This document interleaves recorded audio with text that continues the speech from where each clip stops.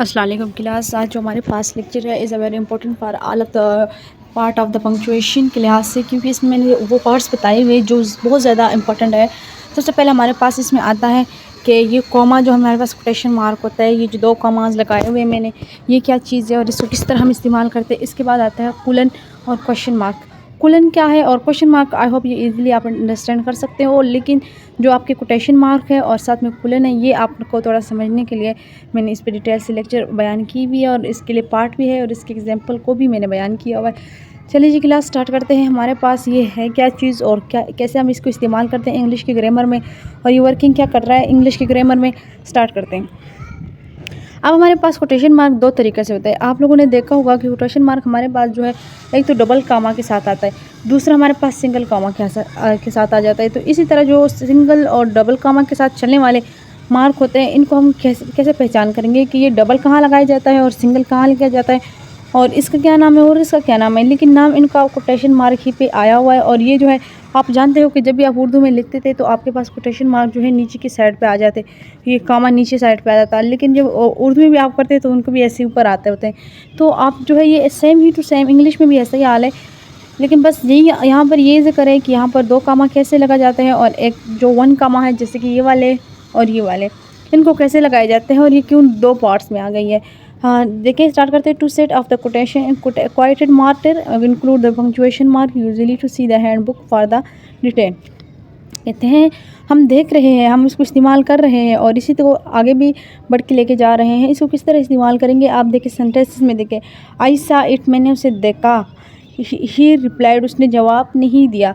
देखो ये जो तस्करा है ये किसी और का है, ये जो रिप्लाई का लफ्ज़ है ये किसी और से आप तस्करा कर रहे हो। इसलिए जिसके यहाँ पर है आपने अपने तस्करे का जिक्र करने वालों को क्या कर दिया, आप कोटेशन मार्क में डाल दिया, बट आगे जो है आपने उसका कोई काम जो का तस्करा था वो नहीं बताया।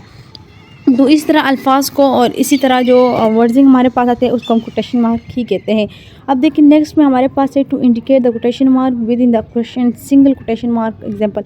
अब देखो ये सिंगल कोटेशन है, सिंगल कोटेशन में कहाँ कैसे इस्तेमाल होगा आप लोग को याद होना चाहिए। जब भी हमारे पास डबल कोटेशन मार्क होगा तो डबल कोटेशन क्या होता है, सेंटेंसेस के स्टार्ट में अगर कोई चीज़ हमारे पास कॉमा के अंदर आ रहा है तो वो आपके पास डबल कोटेशन के अंदर होगा, और जो चीज़ हमारे पास आउट ऑफ आती है यानी सेंटेंसेस के एंड में आप उसे बयान करते हो तो आप सिंगल कामा के अंदर यूज़ करोगे।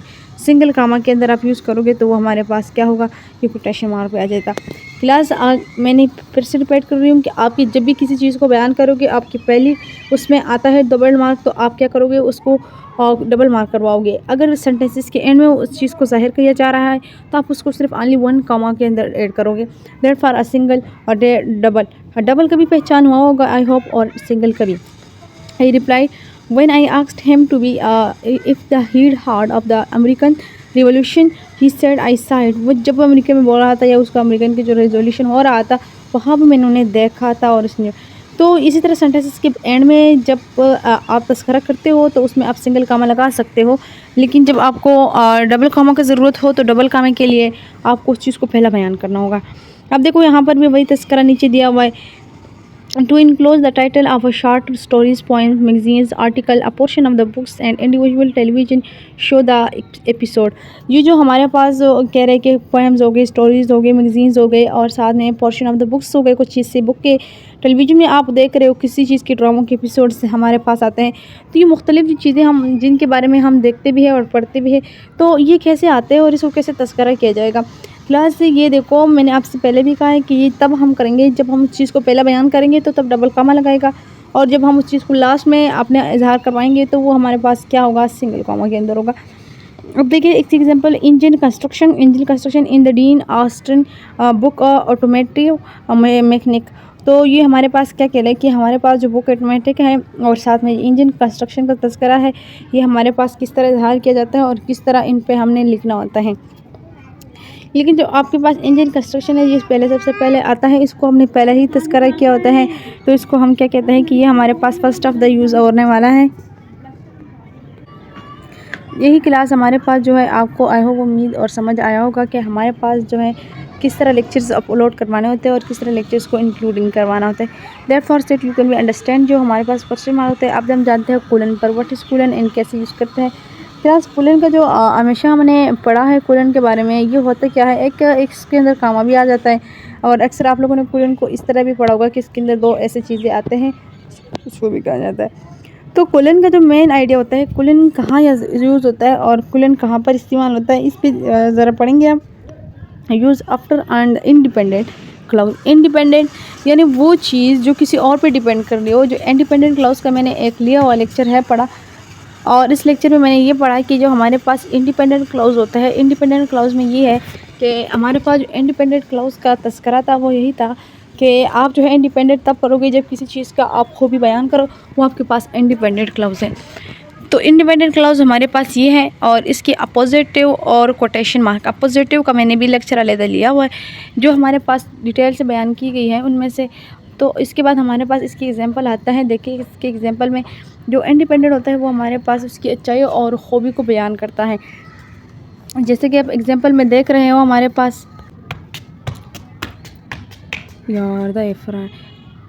जैसे कि है no smoking, no idle talk, no sleeping. जैसे कि आप ये जानते हैं कि जो हमारे पास नो स्मोकिंग है, नो आइडल टॉक है, नो स्लीपिंग, इसका कहने का मकसद यहाँ पर ये है, जो चीज़ हमारे पास कंप्लीट पर हो रही है उसको हम कंप्लीट तौर पर बयान तो कर रहे हैं, लेकिन उसे कंप्लीट आइडिया नहीं मिल रहा। लेकिन जो चीज़ हमारे पास कंप्लीट सेंटेंस को इंफॉर्मेशन दे रही है, लेकिन उसको हमारे पास कवर करने में सिर्फ ये बताया जा रहा है कि वो और नो स्लीप स्मोकिंग, वो नहीं पीता, लेकिन ये तो बताया जा रहा है कि वो जो है सिगरेट नहीं पिया जा रहा, इशारा कंप्लीट तौर पर दिया जा रहा है। नो स्लीपिंग, स्लीपिंग वो नहीं सो रहा। तो ये जो वो का जिक्र नहीं, हमारे पास इंडिपेंडेंट है। तस्करा अभी वो का तो जिक्र नहीं है, वो नहीं सो रहा, लेकिन ये मैंने कहा था कि इंडिपेंडेंट सेंटेंसेस है, इसमें हमारे पास प्रोनाउन का पता नहीं होता। कॉलन का जिक्र जो है मोस्टली कॉलन में हमारे पास प्रोनाउन का पता नहीं होता, और बाकी जो सेंटेंसेस होते हैं वो कम्प्लीटली तौर पर बयान की जाती है। ओके क्लास, ये दिस इज़ कोलन पार्ट, और कोलन जो है आप इजीली समझ चुके होंगे। अब जो हमारे पास नेक्स्ट पार्ट है वो है कोलन सेकंड पॉइंट। अब कोलन का जो सेकंड पॉइंट है वो क्या चीज़ है और इसको किस तरह इस्तेमाल किया जाता है उसमें हम पढ़ेंगे। To separate the independent clause, वही बात हो रही है इंडिपेंडेंट क्लाउज पे। कंप्लीट सेंटेंस में the second summarization are explain in the first. क्या करते हैं हम, एक चीज़ को समराइज़ करते हैं, यानी उसके अंदर समरी जैसा बयान करते हैं, दूसरे उसके अंदर एक्सप्लेनेशन करते हैं कि किस तरह इसके अंदर एक्सप्लेन करना होता है। अब देखिए क्लास, जैसे कि मैंने आपको बताया कि कोलन हमारे पास दो पार्ट्स में होता है, जिसके अंदर ये निशान पाया जाता है, और अगर ये निशान लगाओगे तो इसका पहचान हम कैसे करेंगे। अब ये मैंने लगाया हुआ है आपको मुकम्मल सेंटेंसेस के थ्रू पर। देखिए फेथ इज़ लाइक लव, जो हमारे पास यकीन है वो एक पसंदीदा प्यार है, जिसके it can not be force, इसमें हम किसी का फोर्स नहीं होते। जी ये हकीकत है कि एक चीज़ है वो मुकम्मल तौर पर बयान की गई है, लेकिन क्लास यहाँ पर भी प्रोनाउन का तस्करा हमारे पास नहीं किया गया है। अगर प्रोनाउन का तस्करा हमारे पास नहीं किया जाता तो ये हमारे पास क्या है, ये कोलन है, और इसने सेंटेंसेस को कंप्लीट करके बयान किया हुआ है। इसको हम क्या कहते हैं कि ये हमारे पास कोलन का ही तस्करा किया जा रहा है। कोलन का पहचान हमारे पास सेंटेंसेस के अंदर ऐसे ही होगा जिसके अंदर कोई तशबीह दी जाए, और तशबीह के अलावा एक सेंटेंसेस के हमारे पास समराइज़ और एक्सप्लेन करने का तस्करा हो, और दूसरा हमारे पास क्या हो कि इसमें जो इंडिपेंडेंट और कंप्लीट सेंटेंसेस का इंफॉर्मेशन दी जा रहा है, और साथ में ये कहा जा रहा है कि इसमें अंदर प्रोनाउन का हिस्सा ना हो। अगर प्रोनाउन का इसके अंदर होगा तो ये आपके पास जो है कोलन का हिस्सा नहीं बनेगा। ऊपर सेंटेंसेस का पार्ट भी यही था, और सेकंड सेंटेंसेस का पार्ट भी यही कह रहा है कि इसमें ये पहला पार्ट है जिसमें इन्होंने ये कहा था कि इंडिपेंडेंट क्लाउज, इंडिपेंडेंट में भी प्रोनाउन नहीं होता। फिर इसके पास दूसरा होता है, दूसरे में इन्होंने यही कहा था कि ये आपके पास भी नहीं होता। अब हमारे पास क्या आ रहा है, अब हमारे पास आता है क्वेश्चन मार्क। क्वेश्चन मार्क हमारे पास क्या होता है, question mark is very easy to use of the English wording, because English जो है वो मोस्टली ही इस्तेमाल हमारे पास होता है, और आपको पता है क्वेश्चन मार्क आप जो है 5-6 दफ़ा पढ़ चुके हो इसी लेक्चर्स के अंदर। तो ये क्वेश्चन मार्क जो है वो आपको पता है कि इंटरोगेटिव के लफ्ज़ से निकला हुआ है, और इंटरोगेटिव का लफ्ज़ हमें क्या कहलाता है कि ये आपका जो है इंटरोगेटिव, इसका पहचान हमारे पास ये होता है, और अगर ये सवाल में लिखा जाता है तो इसमें आपको ये होता है, क्योंकि मैंने बताया था कि इंटरोगेटिव में आपके पास जो पहचान होती है वो यही है कि इंटरोगेटिव तब काम करेगा जब उसके पास ये दो पार्ट होंगे। एक तो इसने हेल्पिंग फॉर्म को पहले लेना है, दूसरे इसने अपने वर्ड्स को पहले लेना है। तो ये आपके पास क्या कहलाता है, ये आपके पास क्वेश्चन मार्क है। और क्वेश्चन मार्क का यही इजीली मैंने थोड़ा सा इसलिए समझाया क्योंकि क्वेश्चन मार्क में मैंने डिटेल्स बहुत सारे लेक्चर दी हुई है, तो जो बाकी लेक्चर मैंने कवर की हुई है, आई होप क्लास आपको समझ आया होगा। मेरे लेक्चर अगर आपको समझ आ रहे हैं तो काइंडली फॉलो और फ्रेंड के साथ शेयर कर दीजिएगा। अल्लाह पमान।